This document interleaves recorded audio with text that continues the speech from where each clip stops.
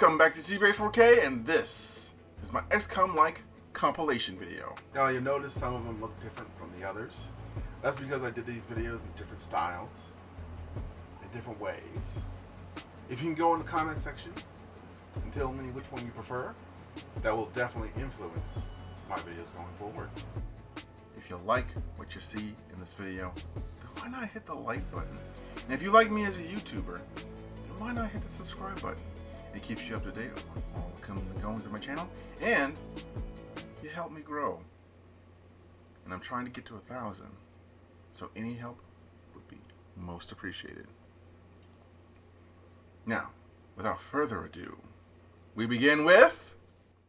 First up is Phoenix Point. Now, Phoenix Point was originally shown on my channel in 2020. Yeah, in the year 2020. And this is basically Cthulhu XCOM, and it was done by the original creator, Julian Gullop, by Snapshot Games. It both developed and published the game. The gameplay is similar to that of the old school XCOM, with you having to supply things like ammo for your guns, grenades. Every time you use ammo in a battlefield, when you run out of ammo, you have to basically reload. And if you reload in XCOM, it's not a big deal. You just hit reload. But here in Phoenix Point, you have a set amount of reloads you can do, and that depends on how much ammo you've put on your dudes in the first place. If you run out of ammo, then you would have to go back to your base and build some more ammo for your soldiers, as well as grenades and medkits. So bear that in mind when if you buy this game, you're going to have to be resupplying your troops. Also, a gun gets destroyed or a shield gets blown up, then you have to replace that as well. So it's a constant rebuilding and making new items. Now that can be fun because it adds a sense of urgency, and you have to be more careful with every action you perform. You can't just be running around willy-nilly. You have to think about your moves. You have to think about your ammo. It adds a level of complexity, and I think people might really like that. The turn-based gameplay, it uses a free aim system, which basically means you line up your shots. It adds a bit of uniqueness to the game. Also, you can multi-class your soldiers in this one. Some pros to this is that it's more complicated than the original, than for Axis XCOM. But it's also a con, as it's much more complex. And this is already a complex game. XCOM is already a complex game, and if you add more complexity to it, it's kind of, yeah, it makes things a little bit extra than you need them to be. Like, for instance, supplying equipment. Sometimes you're going to forget. I know I did forget a few times during my campaign. It can be a bit of a hassle at times, and you keep having to sacrifice resources over and over again, and so you have to get more resources for it. So it just becomes like a bit of a cycle. So it never really outpaces your resources, your ammo consumption, but be aware that you're going to have to keep up with it. And also, diplomacy. I actually really like the diplomacy in the game, where you have to make sacrifices to get one faction to like you. So this is both a pro and a con, as I was saying. The complexity is both good and bad. It depends on what you value. And also, enemies mutate to match your strategies. So if you start using a lot of headshots, then the enemy will probably mutate to be a little bit strong towards headshots. The updates for this game were fairly frequent and seemed to have solved some of their issues that were prevalent in the launch. But they had their final one in July of this year, so don't expect any more official updates. But all is not lost, as it is mod supported on Steam. It's not so much on Epic Games, I don't think. So if you got it on Epic Games, I'm so sorry, but you're probably not going to be able to do much with the mods. There might be a workaround. I don't know. You'll have to look into it. I would recommend this for people who like XCOM but want it to be more complex. But I would also put a bit of a asterisk by this and say, do not do your first playthrough with DLC enabled.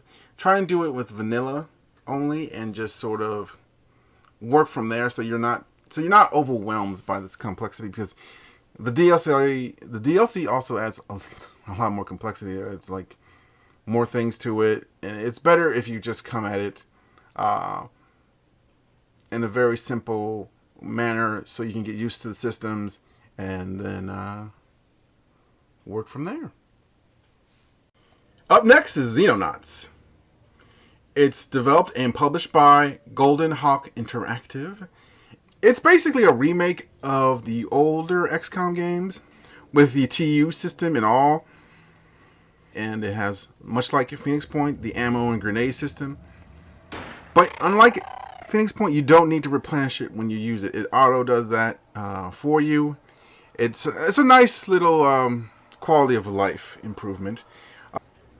Air combat is much more detailed than either the original or for Axis. It's probably the most detailed air combat system in all of these XCOM games or XCOM-like games. But here's the thing. A lot of people... Well, we'll get to that later. I'll talk to you guys about that later. The pros of this game is it gives you a taste of the older XCOM titles, but with more of a modern feel to it, with the quality of life updates. And even a potato can play this game, so you don't really need that much...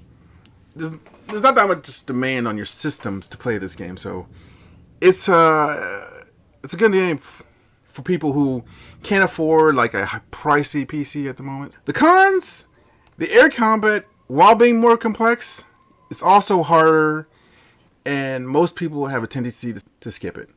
Like, I've seen a number of Let's Plays of this where people don't even do the air combat after a while, they just sort of skip it. It's a bit of a chore, and while it is a good system, I feel like I can skip it. You know, I feel like the original XCOM air combat was probably a bit better because it was just very simple.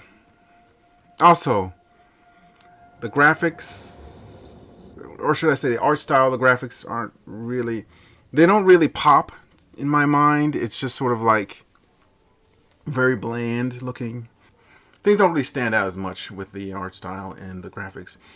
But for some people, graphics and art style aren't really everything. There are no more updates for this game, and it's pretty stable for the most part, but I would shop around for some mods. There's a few mods out there that are pretty good. Also, much like Phoenix Point, I would recommend this for people who love the XCOM formula but want more complexity added to it, but don't mind the graphics and the art style. Now for Battle Brothers. It's both developed and published by Overhyped Studios, and it's best described as a medieval mercenary simulator, and it's the most apt way to describe it. Because you're basically going from town to town, taking contracts, fighting battles, delivering various goods, protecting caravans. Also, you're hiring new mercenaries when you inevitably lose them in combat. You're buying food and equipment, food to feed the mercenaries, and equipment to replace the, well, let's be honest, you start out with very dingy equipment to begin with, and as time goes on, you get better equipment. The tactical combat takes place on a hex grid, much like Xenonauts has a very minimalist graphics setup. But unlike Xenonauts, I love the art style more here. I also love the sound effects. The sound effects really make you feel like you're slugging it out in this big, ugly conflict.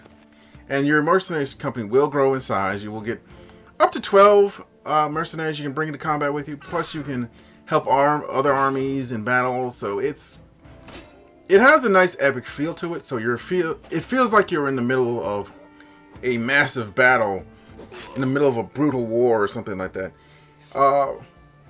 There's some very interesting endgame scenarios, and I think they're probably going to add more in time. I don't know. I can't really guarantee that. Now, pros, much like I said before, it's freeform than most of the games on this list, and you only lose the game when your mercs are completely wiped out. That means if every single one of your mercs get killed in combat, then you lose. But you can keep going even if you complete the end game scenarios, which is kind of interesting. So you can just keep going and playing, keep completing contracts, keep getting more money. And at the end of it, you get scored. When you retire, you get scored, or get wiped out. You get scored on how well you did, and it shows you a different ending. So it's basically up to you when you want to end it. And I like that. That's pretty good. Cons, it is probably the hardest game on this list, and that is no exaggeration. If you don't think you can handle this, trust me. Do not play this game. It is rough. It is super rough. Updates happen when they bring out new DLC. When they drop new DLC, and that's pretty irregular. It happens maybe every year and a half, and maybe less, maybe more. I don't know. They don't really like communicate what they're working on, so I would just assume you would get it as it is. I would recommend this for people who are looking for a challenge, a very nasty challenge that will crush you. I was playing this for, just for the video. This game destroyed me. I started a new campaign. This game destroyed me in a few days. That has never happened to me before. That's not happened to me on Xcom or XCOM 2's the highest difficulty. And you're probably thinking, oh, that's what you get for picking Battle Brothers on the high difficulty. No. I picked it on the middle difficulty. Think about that for a second. The middle difficulty destroyed me within a few days. That's how hard this game is. Be warned. Before we continue, I'd like to first say thank you for watching this video, and if you could hit the subscribe button if you haven't already, and the like button as well if you haven't done that as well. Now let's continue. Okay, now on to Wildermyth. It's published by World Walk Games and Whisper Games. It's developed by World Walk Games as well. So how to describe Wildermyth? Okay, how about this? You know those choose your own adventure books, right? It's that, but it's in video game format. Now, you can take control of these heroes on scouting missions, on discovering various things, and sometimes randomly, they will want to go on these side quests. And when they go on these side quests, they go on these little adventures, and you can take other characters with you. And it develops their character, and it becomes a part of their character sheet. That's right, their character sheet. It becomes a part of their history in that world. It's actually relatively interesting to see how various characters interact with each other, various character traits react with each other. You start by making your own character at the very beginning. You give them a name, you give them a face, you basically customize their traits and personality, and as the game progresses, they start to develop rivalries with each other, friendships with each other. Some of them become lovers. Some of them, during the course of the adventures, get married, have children, and those children grow up and they become a part of your adventuring band. So yeah, it's a very deep one. Whenever you do a huge victory on a completed chapter during one of these scenarios you can pick from, you can also do a custom scenario. You get to have like a certain amount of peacetime. Now this peacetime varies, and it depends on what you did during the campaign as for the length of this pause in aggression, let's call it. But once it's over, your characters have aged, and sometimes you get new characters added during these peace times because some of your characters will retire from adventuring life. And while you're doing this, your characters can build bridges and other defenses and just change the map in varying ways. Now, in combat, there is no way to heal your troops. Not directly. You can give them armor or temporary HP in battle, but healing inside battle is not really possible. It's mostly an outside battle thing. You may think this is a bad thing, but it actually adds a level of danger and excitement to the fights that otherwise would be absent if you gave them a healing ability. If you just gave them a healing class, they would just be, okay, heal, heal, heal, heal some more. But because they don't, it gives a greater sense of urgency in each fight. Now, once you complete a scenario, or let's call them campaigns for going forward. Once you complete a campaign, you unlock the ability to make that character a legacy character, meaning they can go on and do other adventures. I wouldn't say this is the least XCOM-esque, but it has enough elements of XCOM in it for me to say, like, yes, this is still kind of an XCOM game, because there is permadeath here. And permadeath, you might think, oh, that's terrible. But if the character dies, you can memorialize them in that battle, or they can do a heroic last stand, or sometimes they can get away and just get badly scarred for the battle, and that changes the character forever. Other times they meet a magical creature in the forest and also changes them forever, turning them into a wolf or something. The pros to this is that it adds a ton of replayability. I would say the most replayability on this list, and that's saying something because there's a ton of replayability on this list. The game also has multiplayer campaigns, so you and your friends can come along on adventures together, build characters, have like a good old time with each other. I love the unique paper art style to this as well. Some might not like it, but I like it. So let's go into the cons. Even with all that being true, eventually the game still starts to wear on you. You'll still start to see like a few cracks here and there. But hopefully that's not going to spoil it for you, because I have to say I highly recommend this game. This game is very stable and fun in its current form, and is still getting updates fairly regularly. And these aren't small updates either. These are big updates. They add new enemy units and stuff like that. The update cycle is pretty good. It's not like regularly like every month, but it's probably every few months they come out with a new update, and they're very vocal on Steam, so you'll be able to catch up on that. If you ever wanted to play a D&D game with your friends, here would be a good starter, if not an absolute outright substitute. So I would also recommend this game for people who love RPGs and have friends who love RPGs too, and they want to experience it with them. And basically, even by yourself, I would recommend this game. It's a solid one.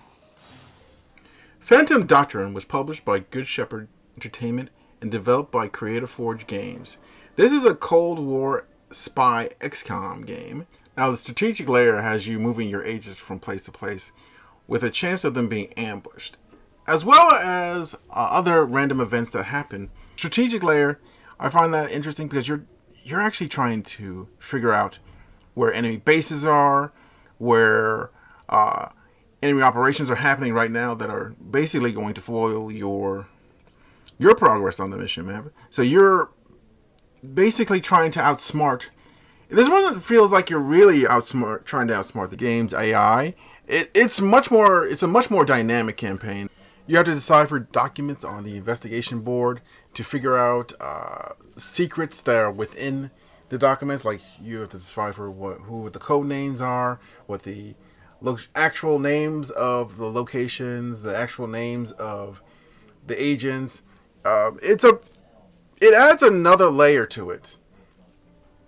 Missions are turn-based, but with a twist. In general, it's a bad idea to be in combat. That's right, it is a bad idea because combat is very punishing. Killing people adds heat to those characters, adds heat to your base. Also, you have to change their passports around, and you have to also change bases, because if your base has too much heat, you will have to a base defense to defend your base and protect your various things. And if your main character dies, you lose the game. It's game over. So you're going to have to move your base again. So you're probably wondering, since it's a bad idea to do combat, What do you do instead? Well, in general, you want to use stealth.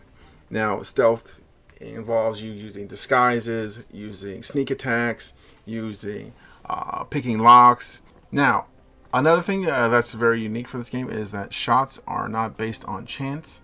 Awareness basically adds a level of protection for your agents and for enemy agents as well. So, the higher awareness you have, the less damage you take from shots. Like sometimes you miss them outright, but when it reaches 0, you will take the full damage from every shot of every weapon.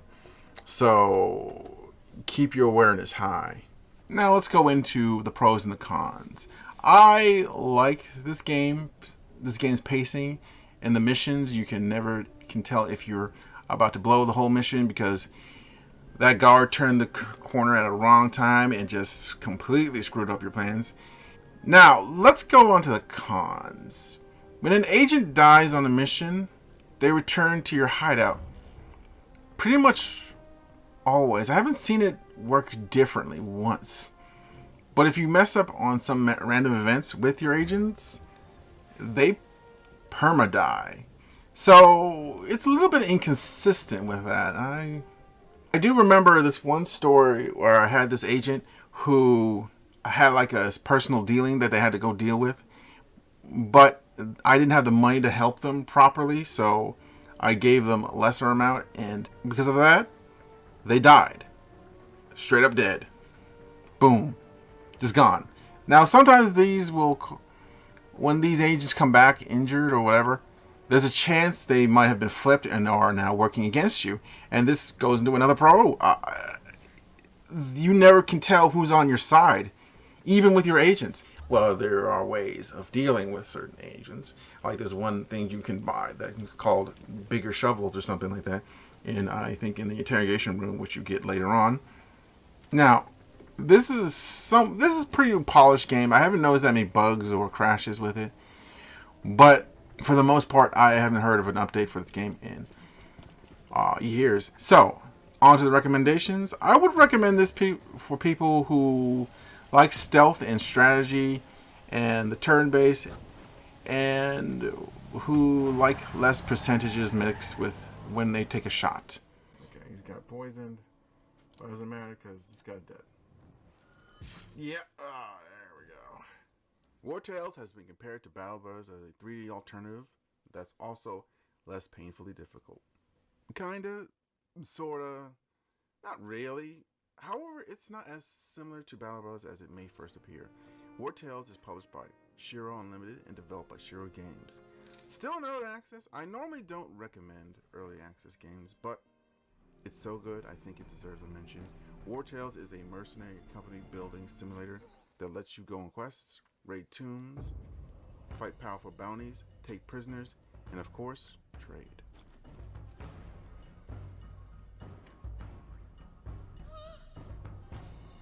On the world map, you have to decide things like where and when to set up camp, paying your mercs, what places to go to, what items to buy, what battles to take on, and much more.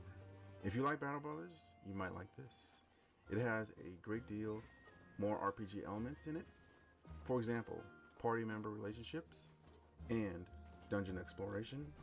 I would recommend this to people who like Battle Brothers and are interested in more RPG elements and the 3D graphic style.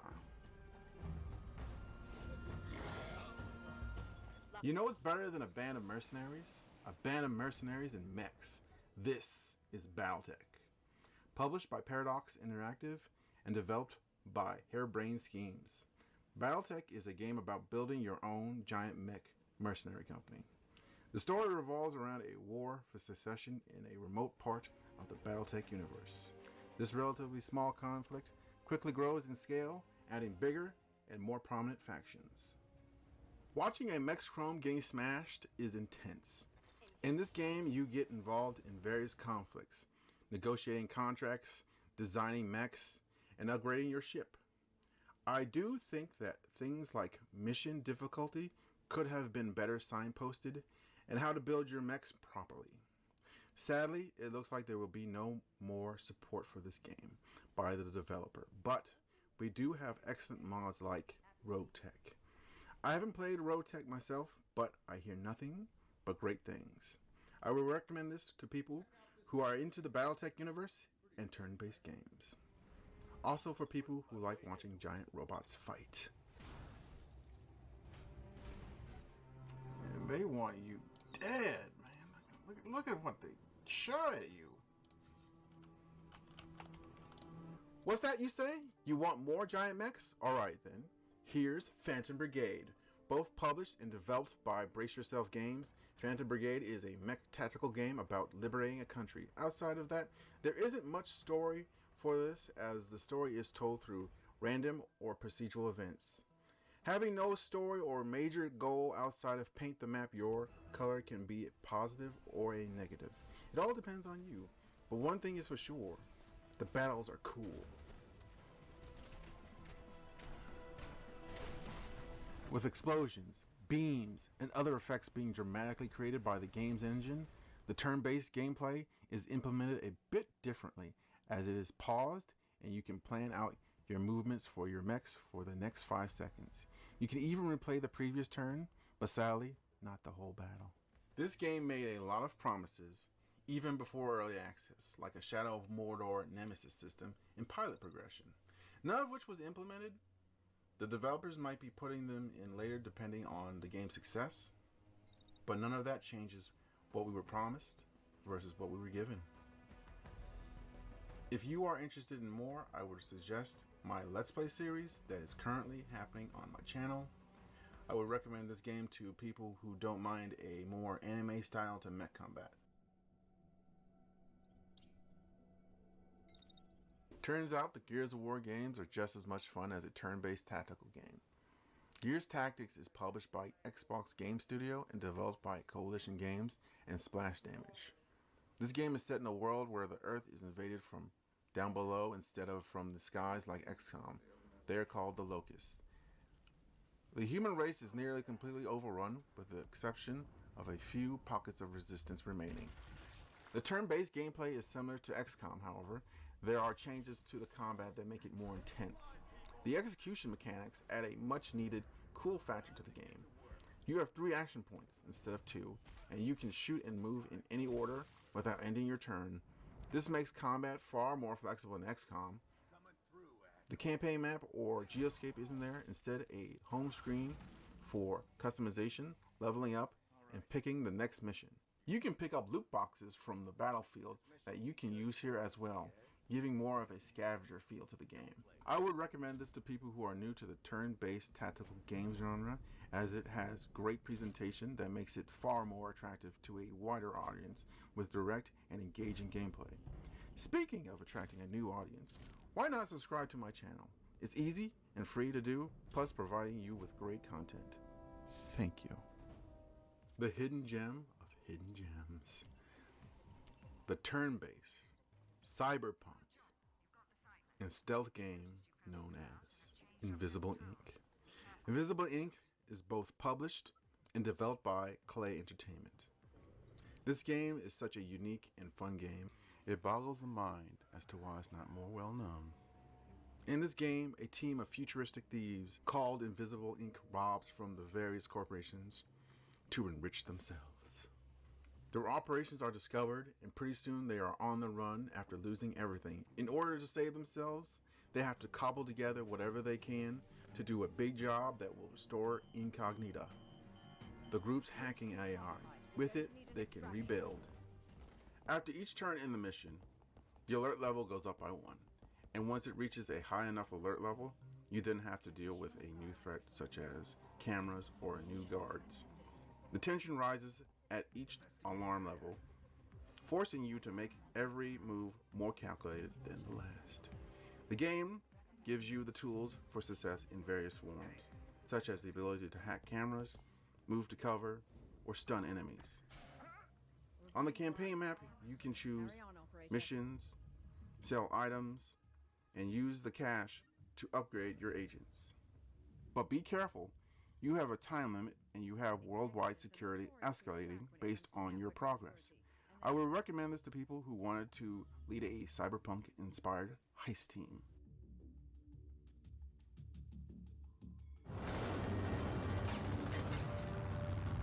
Get us out of here.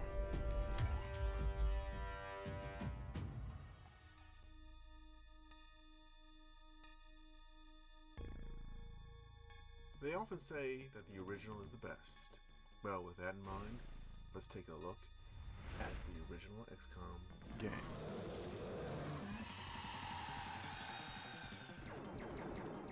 Xcom UFO Defense. It was also known as Xcom Enemy Unknown in Europe. In addition, we are also looking at the popular modded version Open Xcom as well. Xcom UFO Defense was published by Mythos Games and developed by Microprose. I have played a lot of tactical video games, and without a doubt, OG XCOM is one of the roughest, toughest, meanest games out there. The original XCOM story followed similar beats as the newer ones, a massive alien invasion that the human race is losing quite badly, so in one final attempt to push back, all the countries in the world pool their money and their other resources into the XCOM project. As the new commander of the XCOM project, it is the player's job to lead the project in either success or failure. In order to help you with this, the government will provide you with their ongoing support, notably a monthly payment. Gameplay has two modes. The first one is where your entire strategic planning takes place on a massive globe called the Geoscape. In the Geoscape, the player is put in charge of decisions that range from monumental down to the most minute details. You do things like buy planes to shoot down UFOs, provide equipment, weapons, and ammo to your soldiers. The Battlescape is where the turn-based battles take place. And the game has a system called turn units, or TUs if you prefer.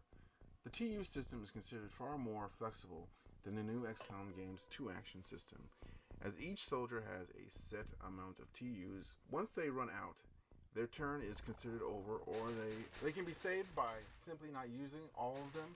Once you hit the end turn button, it sets your units into reaction fire mode, in which the soldiers will keep shooting at moving enemy targets until they run out of ammo, enemies, or TUs.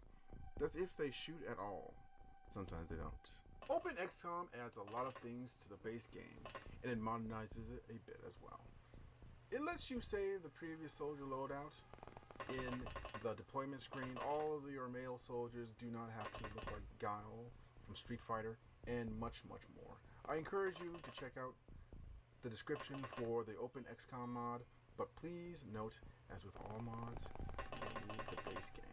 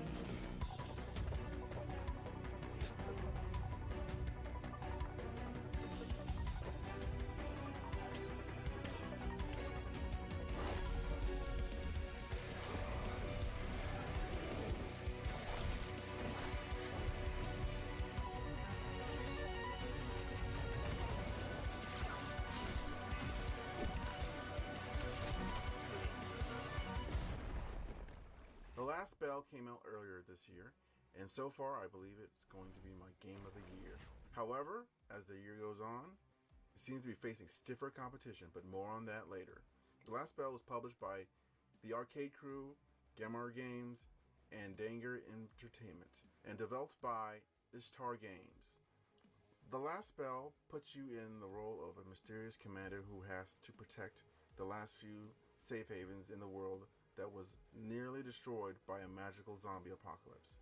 You need the last remaining wizards and mages to cast the last spell, which will get rid of all the magic, making everyone mundane.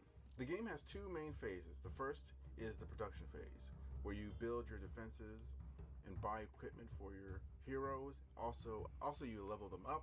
The combat phase happens in turn-based tactical battles with hordes of enemies coming at your walls.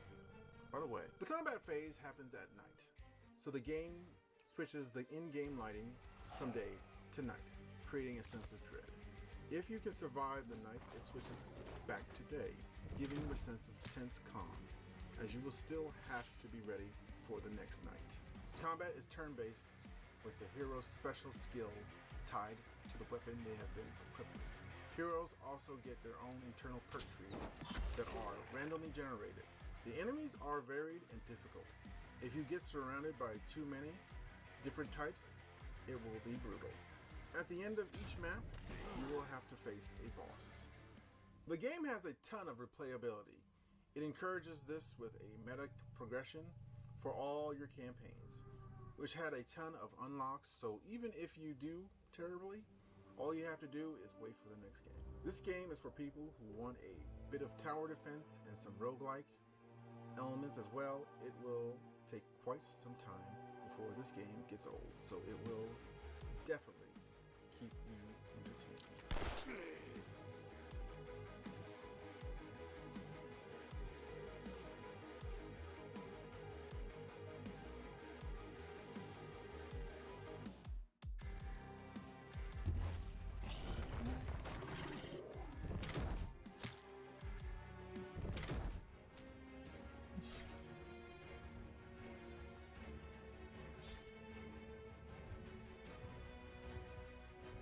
The Iron Oath was published by Rumble Games and developed by Curious Panda Games. This is a game in early access, so it's not quite finished yet, but what Iron Oath has to offer already is pretty great.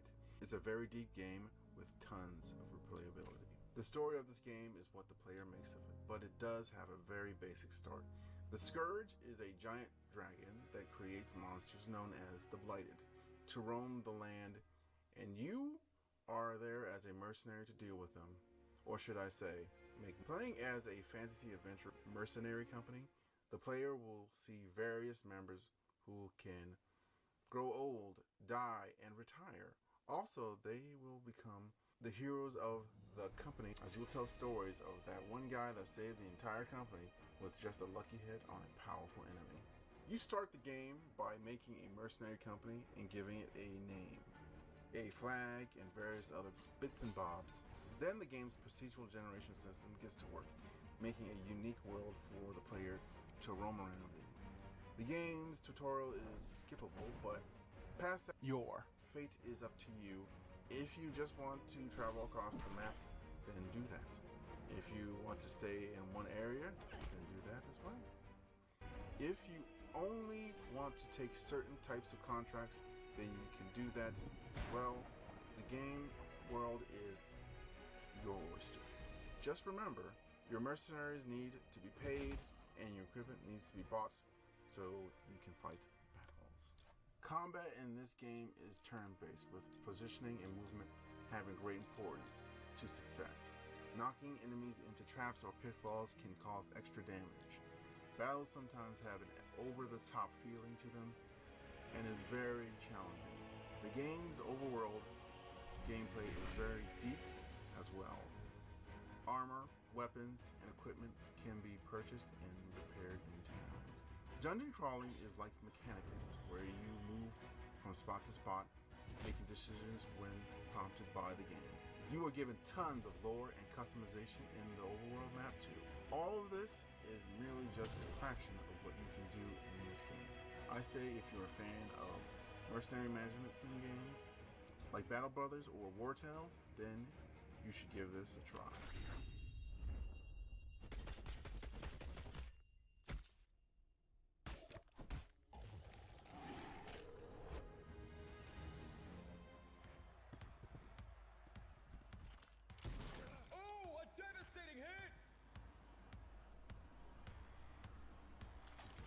himself into Let's have some crazy fun in the form of a game that's part Running Man, part XCOM.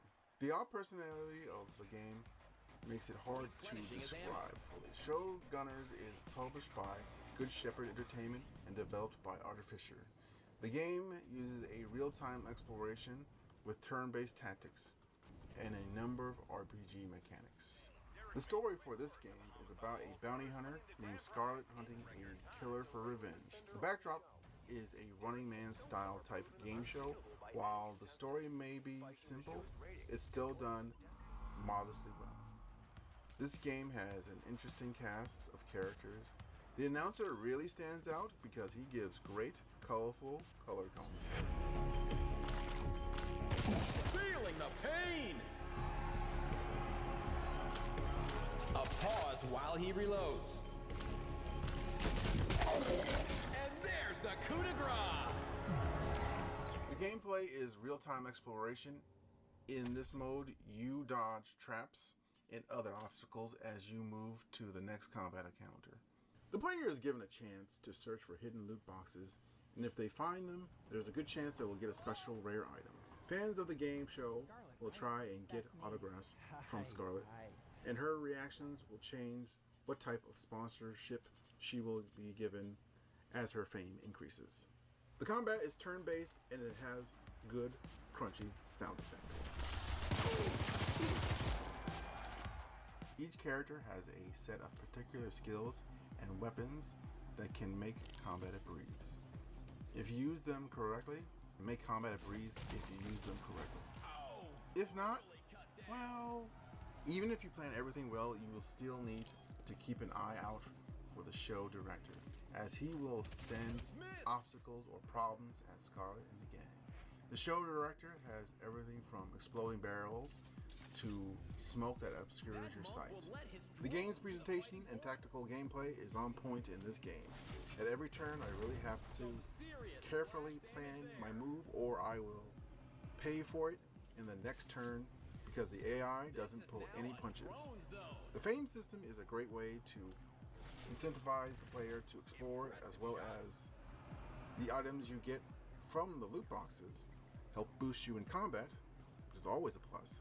I know because I spent a great amount of time searching for them and going well out of my way to get them. A direct hit! Oh, these trains don't slow down for anything! Before we continue on with the rest of the video, I'd like to first say thank you for stopping by. And if you want to support this channel, then by all means hit the subscribe button. It's a great way to help this channel grow. And we're trying to get to 300 by the end of summer. So let's see if we can get those numbers up. Alright, thanks.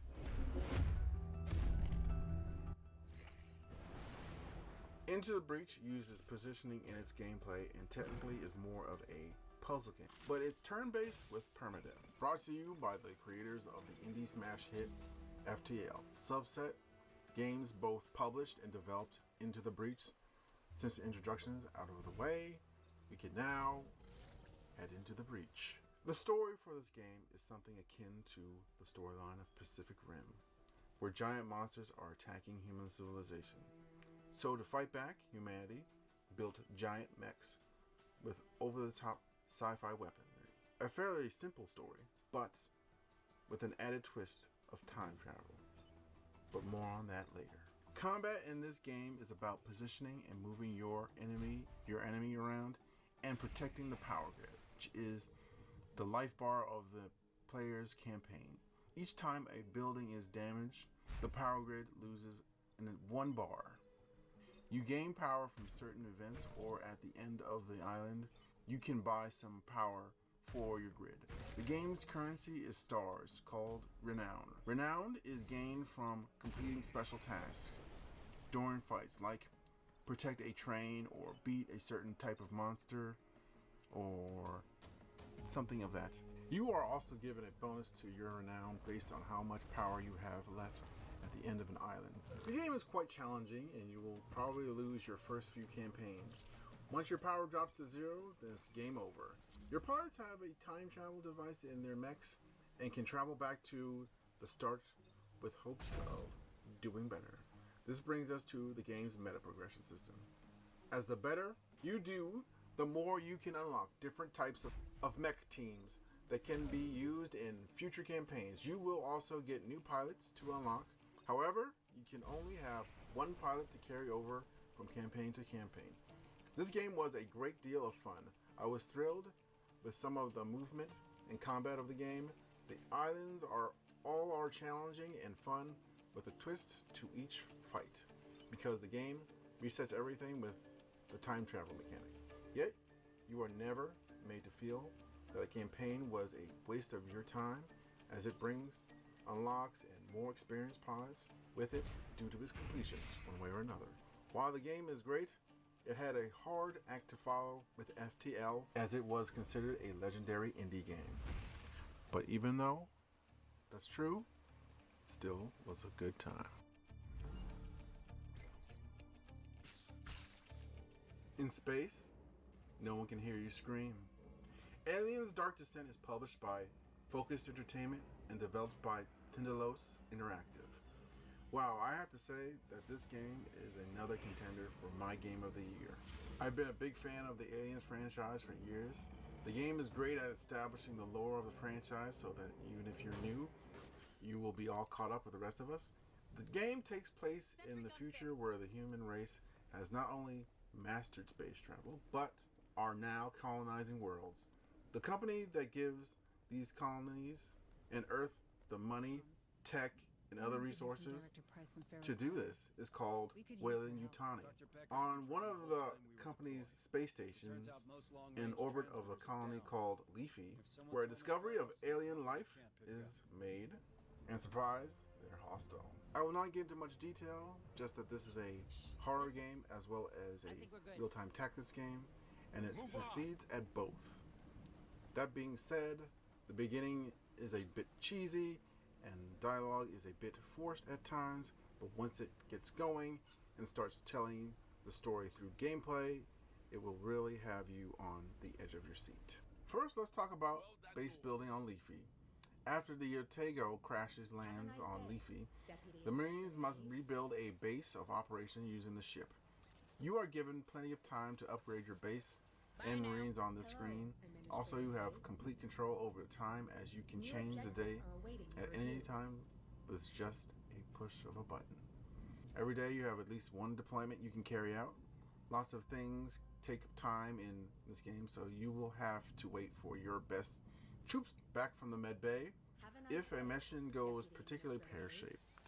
Now, the mission gameplay is fast and furious, with each mission an intense fight for survival that will really put the player on their toes. You do have a pause or slow down feature depending on the game's difficulty setting in the combat that allows you to issue special orders or just slow things down so you can better react to the situation that you are presented with. Xenomorphs, the aliens in this franchise, are particularly nasty, have even worse surprises. So to deal with them, the game gives the player some nice tools like stealth and rest.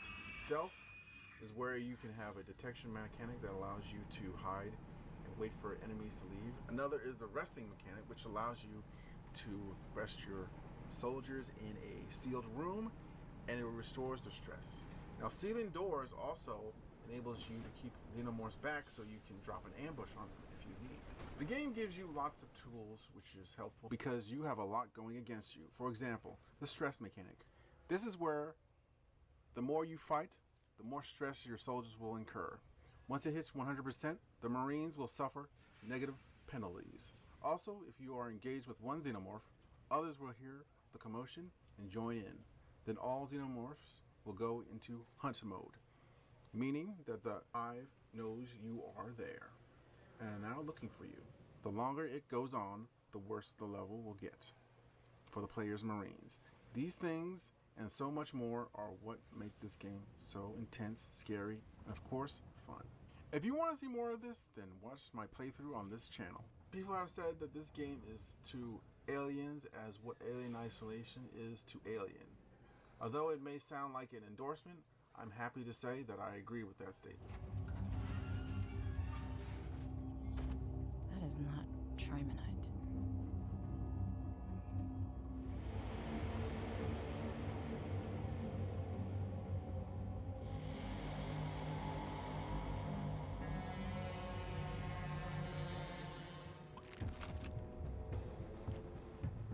seen ghouls this far south before. They're getting closer to the Ark every day. Something's up, Borman.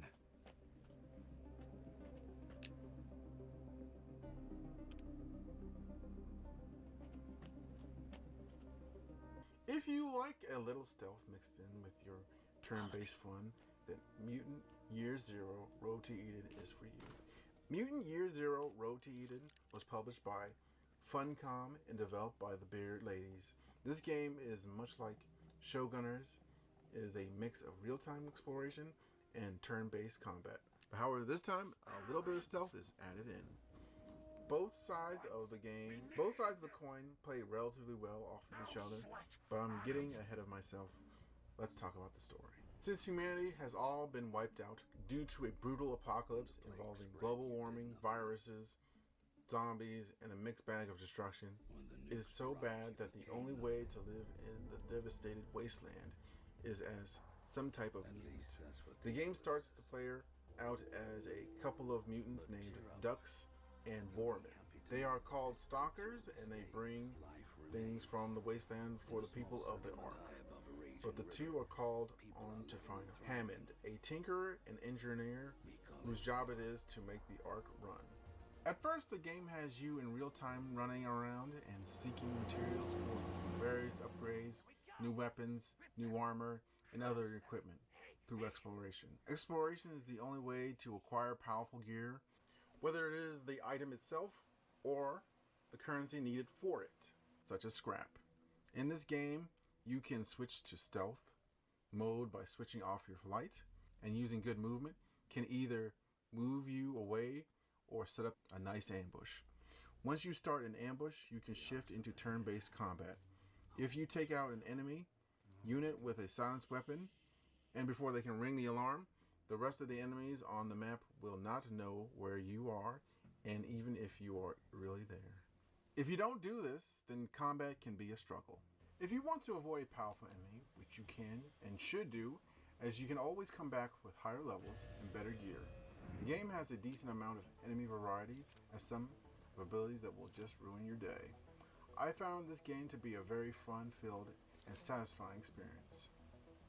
Not only were the characters well written, but the game's story and side stories were also well done. Combat and exploration fed well off of each other. The game blended many different genres to create something unique.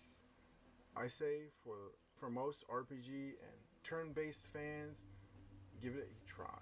You just might be surprised. Hey guys, I hope you enjoyed that because I enjoyed making them.